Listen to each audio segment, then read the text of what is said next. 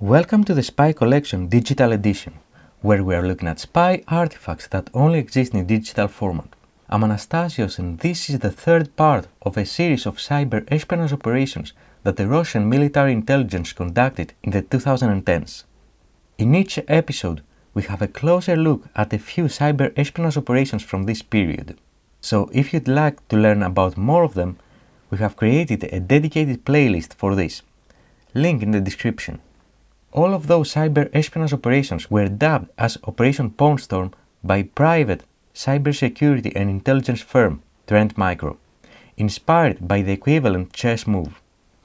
Just like in the United States, where the NSA is part of the Department of Defense, but offers SIGINT collection for a big part of the US intelligence community, in Russia this is the job of the 6th Directorate of the GRU, and GRU itself is part of Russia's Ministry of Defense.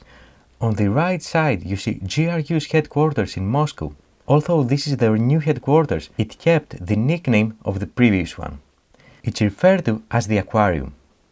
The 6th Directorate is pretty big, talking about thousands of people, but the part of it that performed the operations that we cover here was the 85th Special Services Center, also known from its military designation as Unit 26165. A lot of information has been made public about Military Unit 26165 over the years, and today we know that it is based approximately 10 kilometers from the GRU headquarters in Moscow in a military base which is officially registered as the Institute of Military Conductors. Actually, this unit was established on May 23, 1953 as the 85th Center of the Special Service, responsible to decrypt intercepted encrypted communications in the Soviet Union. However, with the introduction of cyber espionage, they became responsible for conducting what is known in the Western world as CNE operations for intelligence gathering. In most documents, you'll see Chief Colonel Viktor Netishko being named as the unit's commander, but actually, since January 2018, the commander is reportedly Colonel Dmitry Mikhailov. The unit likely has from a few dozen up to a couple of hundred of people working there. So far, the US government has revealed some of them, specifically for the two divisions of the unit that are more visible during those CNE operations. The operations that are people actually executing the CNE activities, and the Development and Support Division, who are the people that develop the capabilities that the operations officers are using, like software implants, exploitation tooling, and so on. Note that in this slide is only the information on people that have been officially attributed to those units by the US government. Realistically speaking, you can expect Unit 26165 to be around 300-ish people across all of its divisions and offices. So when we say GRU in this episode, we actually mean people from this specific unit, not other parts of the agency. And with that introduction to the actor behind the operations we'll review, here is our first case. Interestingly, this was the operation that made Trend Micro connect all of them under the campaign name Operation Pawn Storm. This was a specific event that took place in 2011 to infiltrate the French Ministry of Defense, which is officially known as the Ministry of the Armed Forces. It all started with an email targeting some specific individuals in the French Ministry of Defense. It contained a file attachment titled internationalmilitary.rtf, which unfortunately we don't have to share with you. This file was taking advantage of a vulnerability in Microsoft Office, officially documented as CVE 2010-3333, which was originally discovered and fixed in November 2010. The vulnerability was in the Microsoft Office parser of RTF files. Due to a mistake in its code, it could result in writing data in arbitrary memory, so a specially crafted RTF file could exploit this stack-based buffer overflow to force it to execute code on the system. But what was it executing? Well, this email was sent on October 17, 2011, and once opened, it was covertly dropping a file titled saver.scr, which was pretending to be a screensaver file. Then, completely hidden from the user, it was extracting a file called cryptmodule.exe. This file contained an executable file called s.vbs, which had only one purpose: to establish a covert communication channel with a GRU command control server. That server was deceivingly named Windows.kz to make it appear like a legitimate Microsoft Windows related communication if someone inspected the network communications. It's worth noting that this command and control server was physically located in Russia. However, there were other things happening in parallel too. Apart from what we named here as Step 3 Alpha, the saver.src was extracting and opening a Microsoft Word file named militarycooperation.doc. We actually managed to find this specific file, but it was just an empty document, nothing particularly interesting, at least on the surface. So its recipient would likely close that and move on with her life. However, there was another covert activity taking place at the same time. Another file named skype.exe was extracted and executed. This was dropping a file named netids.dll, which was actually a cyber espionage software implant that was giving the GRU operators complete command control of the infected system, including establishing a command and control covert communications channel with a GRU operated server physically located in the United States.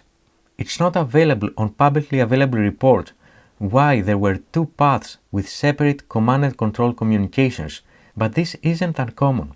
One could be for reconnaissance purposes, like collecting details on the system to ensure it's a legitimate espionage target, while the other is the actual command and control that allows the operators to covertly copy data from the compromised system, execute commands, and so on.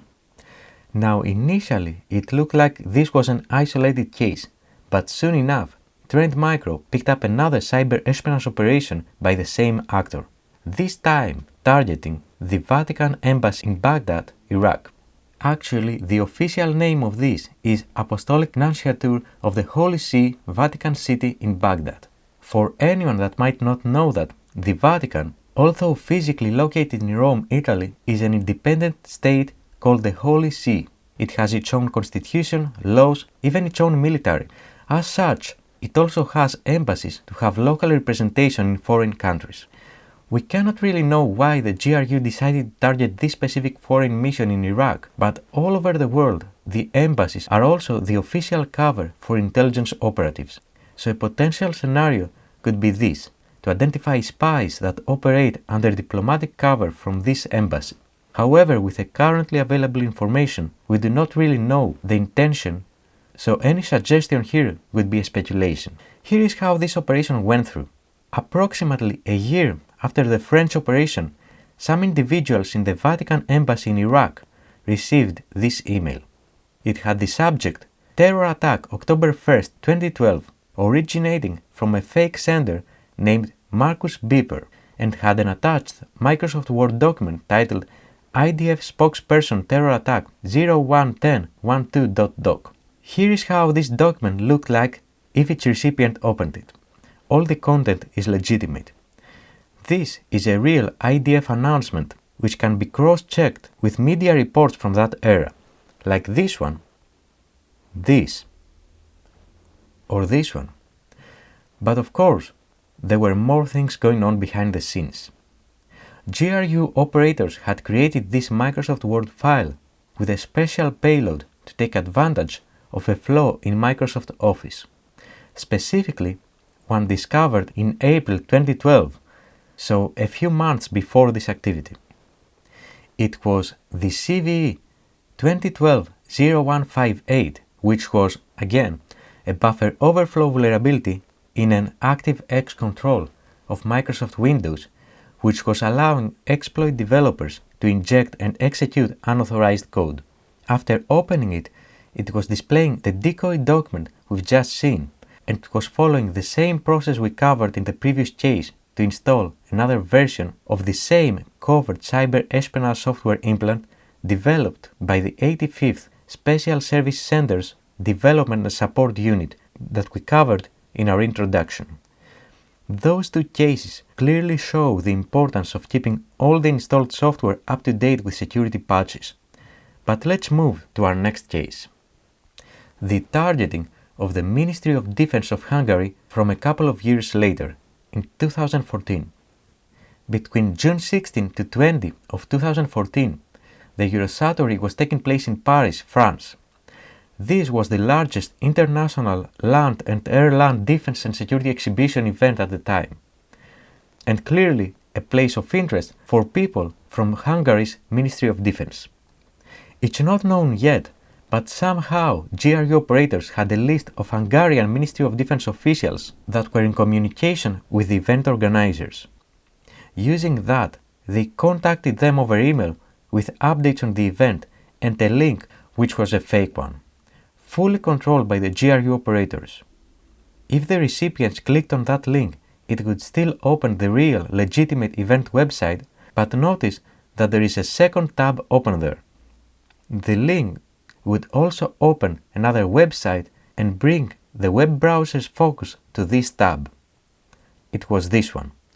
GRU had identified that the Hungarian Ministry of Defense was using Microsoft Outlook web app for their internal communications and had created this one to trick them into putting their credentials there, and thus allowing GRU to infiltrate the internal communications of Hungary's Ministry of Defense. In case you wonder, here is the legitimate login page that the officials of the Hungarian Ministry of Defense were using at the time. The only difference with the GRU credential harvesting one was the letter G in Gov. The GRU operators had discovered and registered a lookalike domain that was having Q instead of G there. After discovering this, Trend Micro also noticed that the use of defense conferences as a lure by the GRU was a common tactic. This way, they also uncovered the following 3 operations that were targeting Hungarian Ministry of Defense officials in 2014. Feel free to pause the video if you'd like to check them out. And after this cyber espionage operation, we move to the United States, where GRU targeted Academy. Academy, formerly known as Blackwater, was the largest private military company in the US at the time, involved in a wide variety of activities from overt all the way to low visibility, covert, and even clandestine operations of the United States government. The approach here was similar to the one we observed in the previous operation. However, instead of utilizing defense conferences, they impersonated Tolo News, an Afghan news channel established in 2010 by Afghani-Australian Saad Mohseni.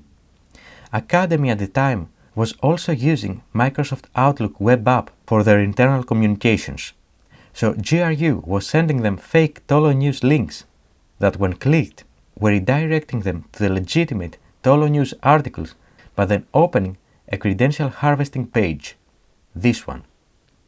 You can clearly see the lookalike domains used to target Academy.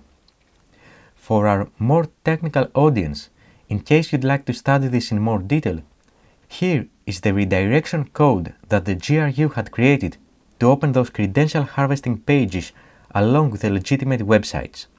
This is for Tolo News, but the code was similar for the other ones too. The last cyber espionage operation that we're going to cover in this episode is DANS, Bulgaria's primary spy agency, and on October 2014 they were also targeted with a credential harvesting campaign similar to the last 2 that we covered.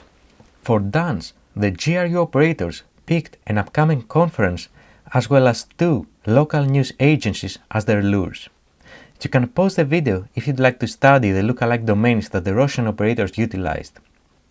In all of those 3 cases, following the same approach that we already covered, it was redirecting the recipients to the legitimate page, but at the same time opening up this credential harvesting page with the intention to collect credentials from DANS officials, allowing them access to DANS internal communications as well as ability to pivot from there to internal networks of the Bulgarian spy agency. And that was the 5th and last operation we'll cover in this episode, Please let us know if you'd like us to continue covering more cyber espionage activities from Operation Pornstorm. Although those are now nearly a decade-old operations, they show practically some of the events happening every day on the cyberspace that the majority of the people never get to see.